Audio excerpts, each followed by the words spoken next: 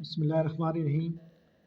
Lecture number 23 का पहला part, और इससे पहले लेक्चर में हम क्वेश्चन नंबर 4 कर चुके हैं। उसका एक पार्ट 6th पार्ट रहता है, वो भी बिल्कुल आपने मैंने एक क्वेश्चन आपको करवाया था, क्वेश्चन नंबर 2 का 5वां पार्ट। क्वेश्चन नंबर 2 का जो 5वां पार्ट है वो, और ये जो छठा पार्ट चौथे का है, ये एक जैसे हैं, तो आप ये खुद कर लें, ये इजी है ज़्यादा।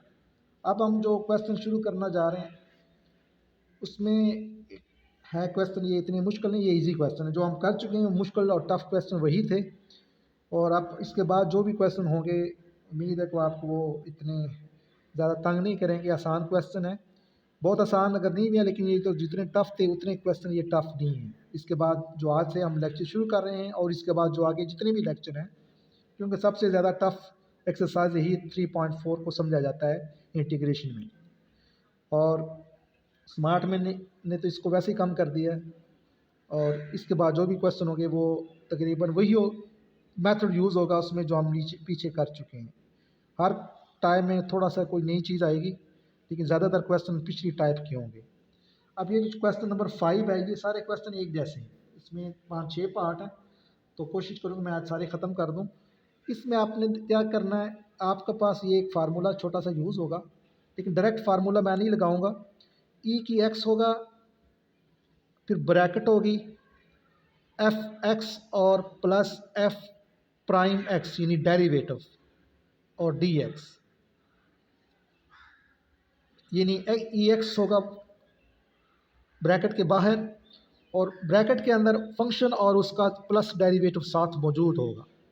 फंक्शन प्लस उसका डेरिवेटिव, तो इसका डायरेक्ट आंसर आएगा ई की x of f of x plus c. इन फार्मूले के मुताबिक इसका डायरेक्ट आंसर क्या होगा, ई की एक्स और एफ एफ एक्स। लेकिन हम इसको डायरेक्ट फार्मूला नहीं लगाएंगे, हम क्या करेंगे, ई की एक्स और इसको, और ई की एफ एक्स और एफ प्राइम एक्स को अलहदा कर लेंगे। जो डेरिवेटिव वाला हिस्सा होगा उसको हमने इंटीग्रेट नहीं करना, अच्छी तरह समझ लें। जो डेरिवेटिव वाला हिस्सा होगा हम उसको इंटीग्रेट नहीं करेंगे, उसको वैसे ही साथ लिखेंगे, ठीक है। और जिसका डेरिवेटिव होगा फंक्शन का वो साथ लिखेंगे, उसको हम इंटीग्रेट करेंगे। दोबारा सुन लें कि ई की एक्स होगा ब्रैकेट के बाहर, ये सारे क्वेश्चन इसी तरह है। फंक्शन होगा ब्रैकेट में और उसका साथ उसका डेरिवेटिव होगा। तो देखेंगे इस क्वेश्चन में, आप देखें जो पहला क्वेश्चन है, पहला पार्ट है इसका, ये लॉग एक्स है, ये आपका एफ एक्स है। तो छोटा सा ये समझाने के लिए मैं लिख रहा हूँ, आपने क्वेश्चन में ये नहीं लिखना। एफ इसका ये डेरिवेटिव है एफ प्राइम एक्स, ठीक है। इसका ये डेरिवेटिव है, तो मैंने यहाँ बताया है कि आपका जो आंसर आएगा वो क्या आएगा, ई की एक्स एल एन एक्स, ये आपका आंसर आ जाएगा, ई की एक्स और एल एन एक्स प्लस सी, ये आपका आंसर है। लेकिन हम ये डायरेक्ट आंसर नहीं लिखेंगे, हम क्या करेंगे, इस हिस्से को इंटीग्रेट करेंगे, और जो डेरिवेटिव वाला हिस्सा है उसको हम साथ उसी तरह लिखते जाएंगे। उसको इंटीग्रेट आपने नहीं करना, बाद में उससे कट जाना है, वो आप क्वेश्चन से ज़्यादा क्लियर होगा। तो आपने पहले क्या करना है, पहले स्टेप में ई की एक्स लिखें, फंक्शन वाला हिस्सा पहले, तो फंक्शन वाला हिस्सा लॉग एक्स है, यहाँ आप लिखेंगे लॉग ऑफ एक्स, इसका अलहदा इंटीग्रल प्लस ई की एक्स लिखें, और डेरिवेटिव वाला हिस्सा 1/x साथ लिखें। ये दो हिस्से थे, दरम्यान में प्लस था, मैंने दोनों को अलग अलग कर दिया है। ये फंक्शन है और ये डेरिवेटिव वाला हिस्सा है। डेरिवेटिव वाले हिस्से को मैं बार बार कह रहा हूँ, इसको आपने उसी तरह रहने देना है, और जो दूसरा हिस्सा होगा फंक्शन वाला उसको आपने इंटीग्रेट करना है। इसमें इंटीग्रेशन, अब नई इंटीग्रेशन कोई नहीं, वो पिछली इंटीग्रेशन जो आपने की है वही यूज़ होनी है। तो उस लिहाज से log x फर्स्ट फंक्शन होगा और ई एक्स आपका सेकंड फंक्शन। तो इंटीग्रेट बाय पार्ट्स करें।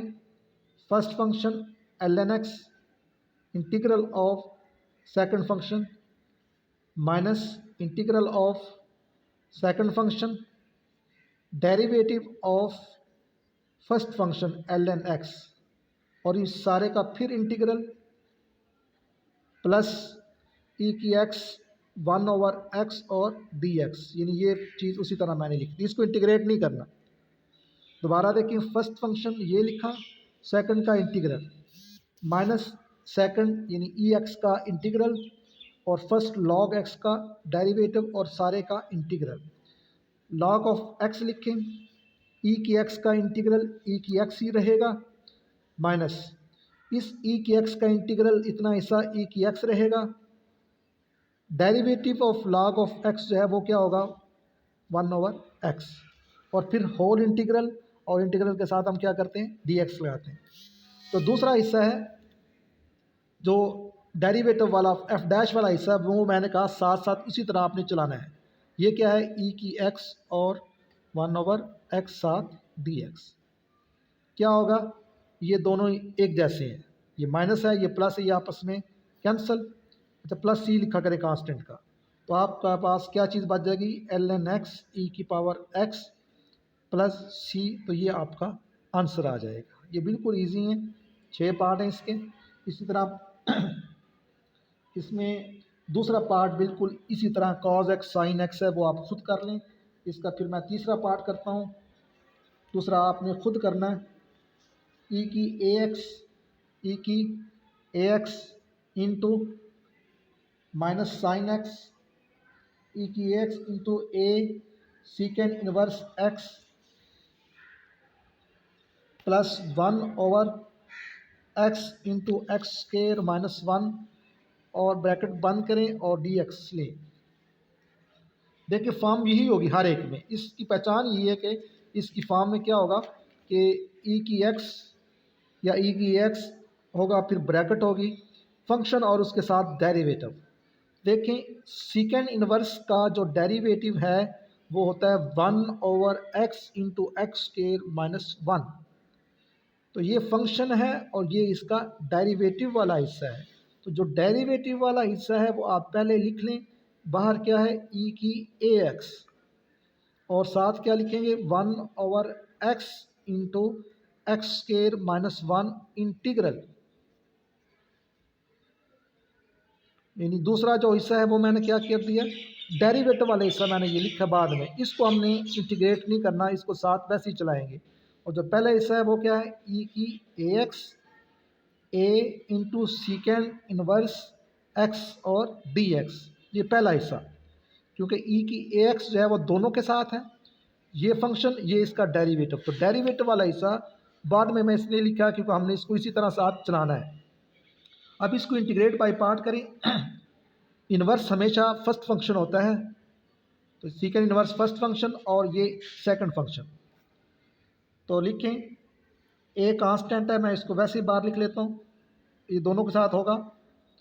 फर्स्ट फंक्शन लिखें सीकेंड inverse x integral of second function minus integral of second function derivative of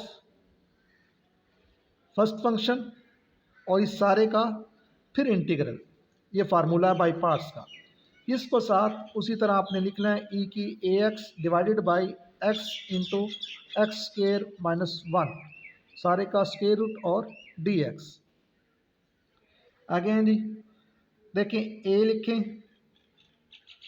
सीकेंड inverse x लिखें। ई की एक्स का डेरिवेटिव भी यही होता है और इंटीग्रल भी यही होता है। ये चूंकि ई की ए एक्स है एक दफ़ा उसी तरह आएगा, ए एक्स का डेरिवेटिव ए होता है। देखिए ये चूंकि इंटीग्रल है डेरिवेटिव में ऊपर आना था, इंटीग्रल में ये नीचे आएगा माइनस इसका भी इंटीग्रल यही है ई की a x over A. Integral का साइन लगाएं और सीकेंड इनवर्स एक्स का डेरिवेटिव होता है 1/x इंटू एक्स के माइनस 1, यानी इसका डेरिवेटिव ये है। साथ ये डी एक्स आ जाएगा प्लस ई की a x over x into x square minus 1 और डी एक्स। इस ए को मल्टीप्लाई करें दोनों के साथ, तो ये ए और ये आपस में कैंसिल, आपके पास बच जाएगा सीकेंड इनवर्स एक्स इंटू ई की पावर ए एक्स। फिर इस ए को इससे मल्टीप्लाई करें, ये भी ए कैंसिल हो जाएगा, आपके पास बच जाएगा माइनस ई की ए एक्स और नीचे क्या होगा x into x square minus 1 का इंटीग्रल।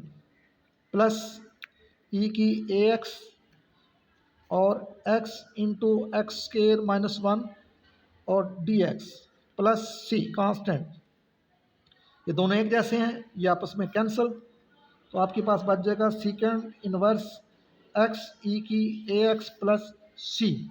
तो ये इसका इंटीग्रल निकल आया है।